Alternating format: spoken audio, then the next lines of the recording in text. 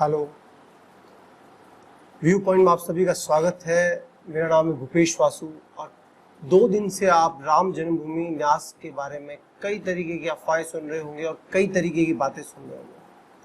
अभी आम आदमी पार्टी के एक वरिष्ठ नेता हैं संजय सिंह, जो राज्यसभा के सांसद भी हैं, उन्होंने एक बहुत ही गंभीर आरोप लगाया है और राम जन्मभूमि ट्रस्ट पे लगाया है।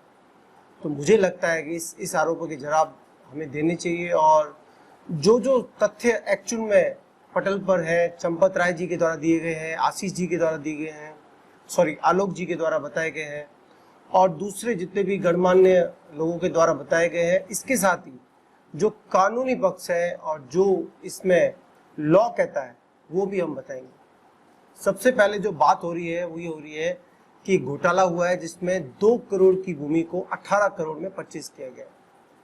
अब जिस भूमि की बात हो रही है वो अयोध्या के अंदर स्थित है। आपको पता होगा अयोध्या के अंदर एक भव्य राम मंदिर का निर्माण हो रहा है।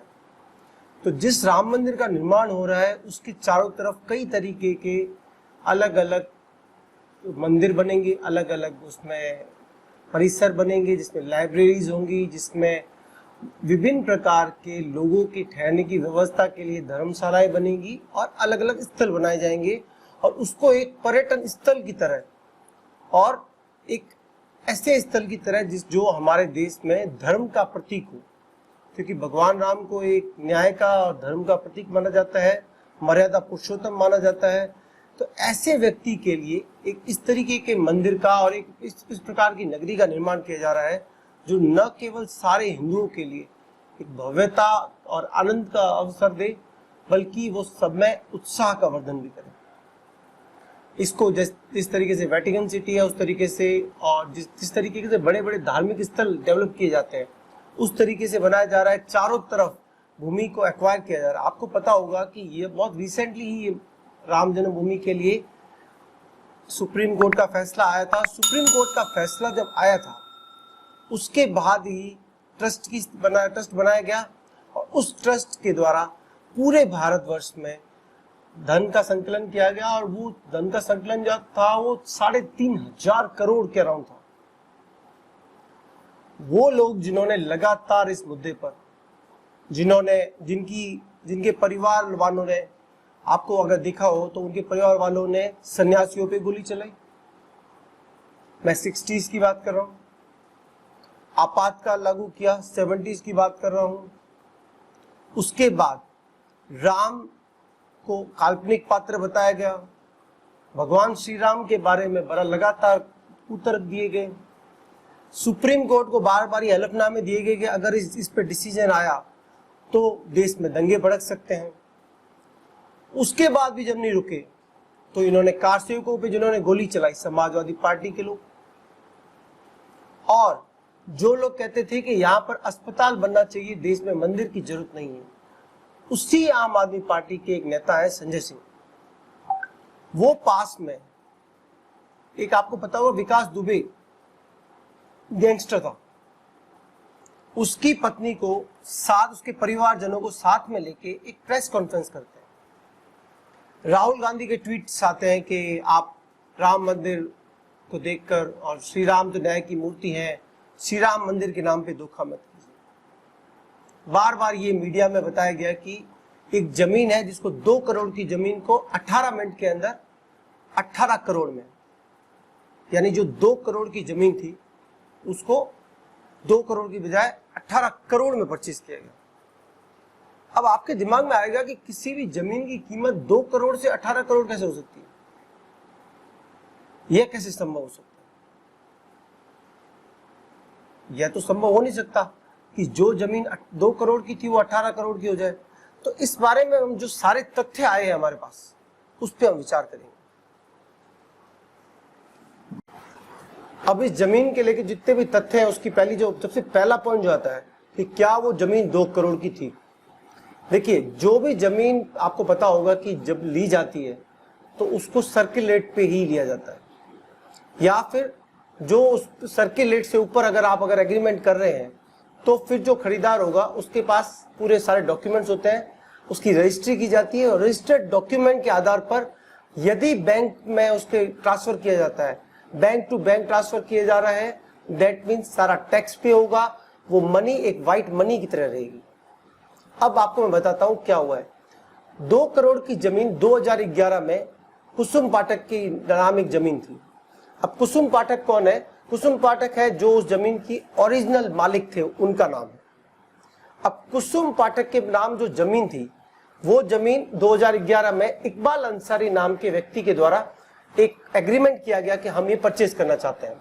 ये परचेज एग्रीमेंट उसी तरह का इंडियन कॉन्ट्रैक्ट लॉ के तहत एक सिंपल सा कॉन्ट्रैक्ट होता है, जब आप एक दोनों एग्री करते हो कि हम इस रेट पर जमीन परचेज करेंगे।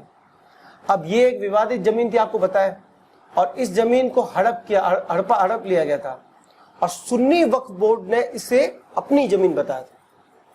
लगातार विवाद था, इस पर केस चल रहा था। 3 बार इस पे एग्रीमेंट हो चुका है। कुसुम पाठक बार बार इन मुकदमों से दुखी हो चुके थे। अब उन्होंने क्या किया कि जब जमीन हमारे नाम नहीं है तो बेच दो। बिना बेनामे के उन्होंने बेच दिया, क्योंकि उस समय मुकदमा चल रहा था। उस समय उन्हें 2 करोड़ रुपए ऑफर की गई। ये बात है 2011 की। 4 मार्च 2011 को 2 करोड़ में इन दोनों के बीच में, सुल्तान अंसारी के पिताजी इरफान अंसारी और कुसुम पाठक के बीच में एग्रीमेंट होता है, जिसमें यह एग्रीमेंट हुआ कि हम दोनों इस रेट पे जमीन परचेज करें। दूसरा एग्रीमेंट हुआ 2014 में, तीसरा एग्रीमेंट होता है 2019 में।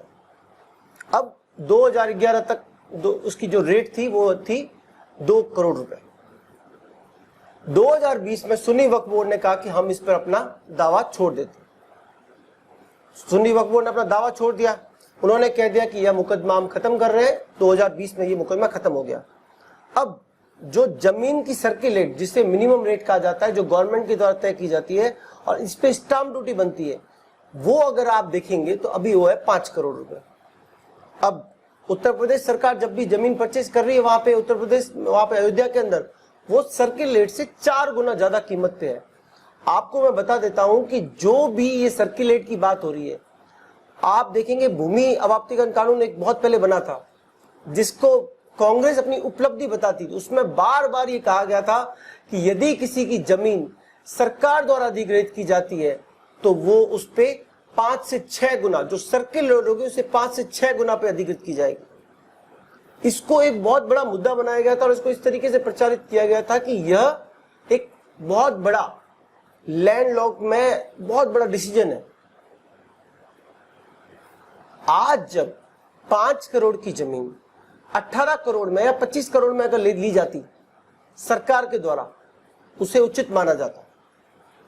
लेकिन राम भूमि ट्रस्ट के द्वारा उस न्यास ने एक ट्रस्ट जो जिसने पूरे देश में लोगों से पैसा लिया, उन्होंने इकबाल अंसारी से जब एग्रीमेंट के लिए कहा तो वो जिस एग्रीमेंट उन्होंने साइन किया था 2011, उस पे वो परचेज नहीं कर सकते। उसके लिए उन्हें बेनामा चाहिए था।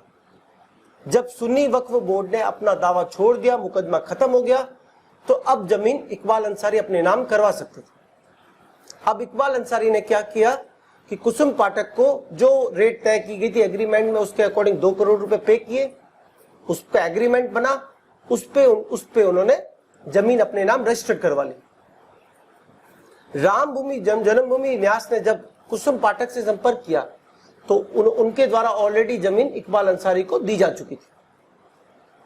अब इकबाल अंसारी ने उसी जमीन को बेचने के लिए कहा, तब उन्होंने कहा कि मार्केट रेट के हिसाब से जो रेट बनती है वो दीजिए। तो मार्केट रेट के हिसाब से हो सकता है 25 करोड़ में मिलती, लेकिन जब उनसे निवेदन किया गया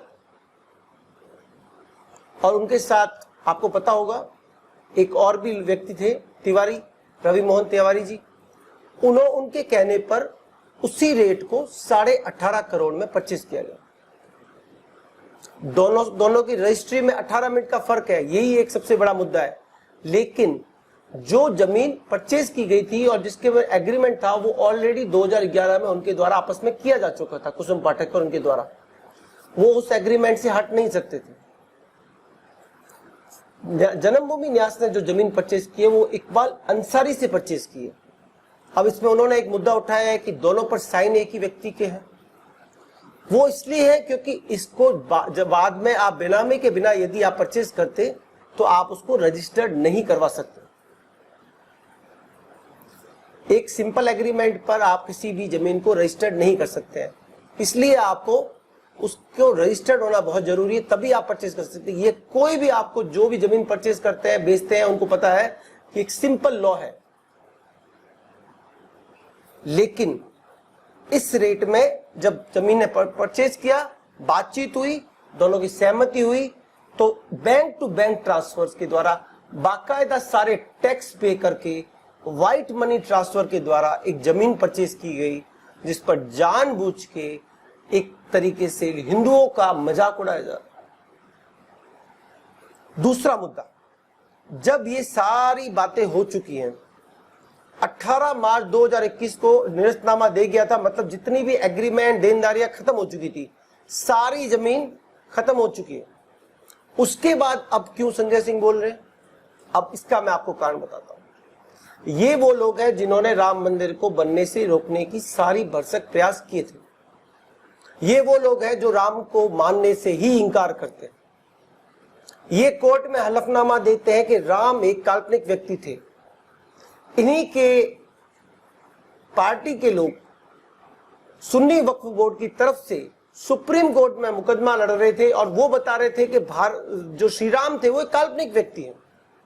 उनके जन्म से लेकर उनके हर चीज पर, उनकी प्रासंगिकता तक पर प्रहार किया गया। वो लोग सब मिलके एक ऐसे व्यक्ति पर जो अपना संपूर्ण जीवन सिर्फ और सिर्फ रामलला के मंदिर के लिए समर्पित कर चुका है, उस पर सिर्फ और सिर्फ प्रहार कर रहे हैं। क्यों कर रहे हैं? अगले साल यूपी में चुनाव है। संजय सिंह विकास दुबे की परिवारजनों को लाके जानबूझ के एक ड्रिफ्ट पैदा करना चाहते हैं, ताकि ये बता सकें कि पिछले कुछ समय से देखेंगे आप मीडिया के अंदर कि योगी जी और मोदी जी में लड़ाई चल रही है, जबकि ऐसी कोई बात ही नहीं थी। किसानों के बीच में बार बार एक झूठ फैलाकर उन्हें आंदोलन करवाया गया, झूठा आंदोलन तैयार किया गया, उन्हें लगातार सपोर्ट किया गया इन आम आदमी पार्टी और कांग्रेस के द्वारा, समाजवादी पार्टी के द्वारा। जब उसमें उन्हें सफलता नहीं मिली तो उन्हें लगा कि अब हिंदुओं को तोड़ो। आज अगर आपको मैं बताऊं तो आज पेपर में यह भी न्यूज आई थी कि कांग्रेस के जो मुस्लिम प्रकोष्ठ के अध्यक्ष हैं वहां के यूपी के, उनका बयान आया था कि हम सारे मदरसों से संपर्क कर रहे हैं यूपी के, ताकि हम वोटों को एकत्र कर सकें, उन्हें कांग्रेस के बारे में बता सकें। एक दिन पहले उनका यह बयान आता है, उसके अगले दिन प्रेस कॉन्फ्रेंस होती है, संजय सिंह आते हैं, संजय सिंह ट्रस्ट के ऊपर टिप्पणियां करते हैं, यह बताते हैं कि 2 करोड़ क्या 20 करोड़ हुआ, 18 करोड़ हुआ।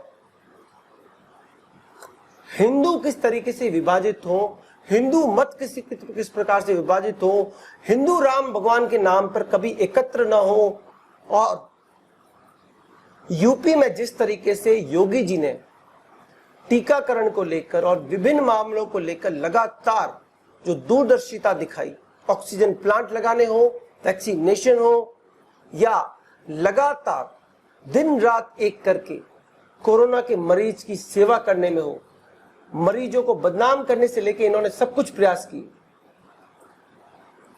आप यूपी जीतने के लिए हिंदुओं को तोड़ना चाहते हैं और सिर्फ इसीलिए किया है। चंपक राय जी ने अपना स्टेटमेंट दे दिया है। आप देखेंगे कि विश्व हिंदू परिषद के कार्यकारी अध्यक्ष, उन्होंने अपना स्टेटमेंट दे दिया है, वो भी आपको वीडियो में दिखा रहा हूं। सारे स्टेटमेंट देखिए, सब चीजों पे गौर कीजिए और विश्वास रखिए कि जो सत्य है उसी की जीत होगी। जय हिंद, जय भारत, वंदे मातरम। लेकिन आलोक कुमार जी बस 2 सवाल हमारे साथ 2 सवालों के लिए जुड़े हुए हैं। कार्यकारी अध्यक्ष हैं वीएचपी के आलोक जी, प्रभु राम का काम 9 गुना दाम। सवाल सीधा है, 2 करोड़ की जमीन थी, 18.5 करोड़ की कैसे हो गई? और जो महासचिव भी हैं ट्रस्ट के चंपत राय जी और साथ ही वीएचपी के वरिष्ठ नेता हैं, उन पर आरोप है कि उन्होंने ये घपला किया। उनको नटवर लाल तक कह रहे हैं आम आदमी पार्टी के नेता। मेरा सवाल आपसे ये है कि उन्होंने ये कहा कि 100 साल से हम पर आरोप लग रहे हैं, महात्मा गांधी जी की भी हत्या का आरोप लगा। ये जवाब नहीं हो सकता ना सर, ये तो जिन लोगों ने चंदा दिया है उस पैसे के साथ क्या हुआ, इसकी जवाबदेही का सवाल है। आपका क्या जवाब होगा आलोक जी?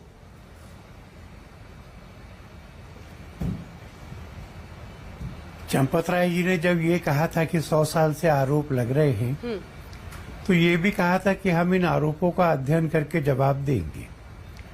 और कल रात ही एक साइंड स्टेटमेंट में उन्होंने इनका उत्तर दिया है। उस उत्तर को मैं सबस्टेंशियली यहाँ बताता हूँ, थोड़ा सा समय लगेगा। ये जमीन कुसुम पाठक और हरीश पाठक की थी। कुछ वर्ष पहले एक रजिस्टर्ड एग्रीमेंट टू सेल उन्होंने किया सुल्तान अंसारी, रवि मोहन तिवारी और दूसरे लोगों के साथ।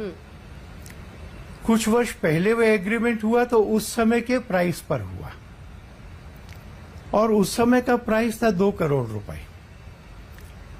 ट्रस्ट को लगा कि ये जमीन महत्वपूर्ण है, हमारे कामों के लिए आवश्यक है। हम लोगों ने इन दोनों से संपर्क किया। कुसुम पाठक और हरीश पाठक इसको बेचने को तैयार थे, पर एग्रीमेंट टू सेल तो सुल्तान अंसारी के साथ था।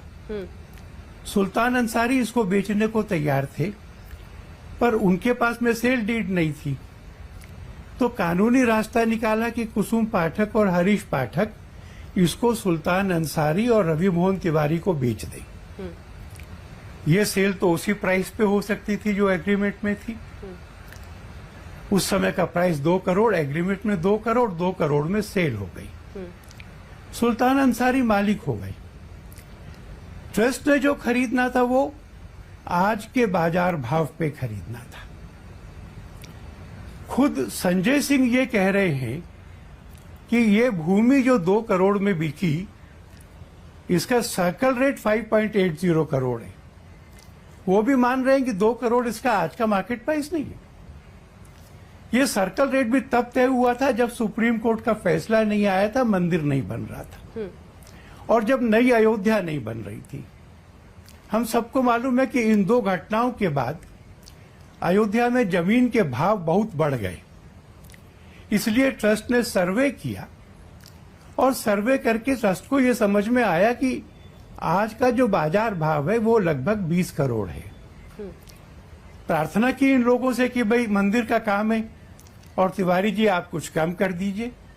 18.5 में किया, बाजार भाव से कम किया, और स्वस्थ सौदा किया, बैंक के थ्रू किया। कोई इसके अंदर कैश का लेन देन नहीं हुआ। ये दोनों इकट्ठे रजिस्टर हुए, पर ये 2 करोड़ जो है ये भाव कुछ साल पहले एग्रीमेंट के सेल के समय का है, और 18.5 करोड़ ये सेल आज की हुई है, इसलिए आज का बाजार भाव है। इतनी स्पष्ट बात को पूरे फैक्ट्स ना देते हुए एक जगलरी से घुमाया गया है। मैं ये मानता हूं कि कुछ लोगों की ये आदत बन गई है। हाँ।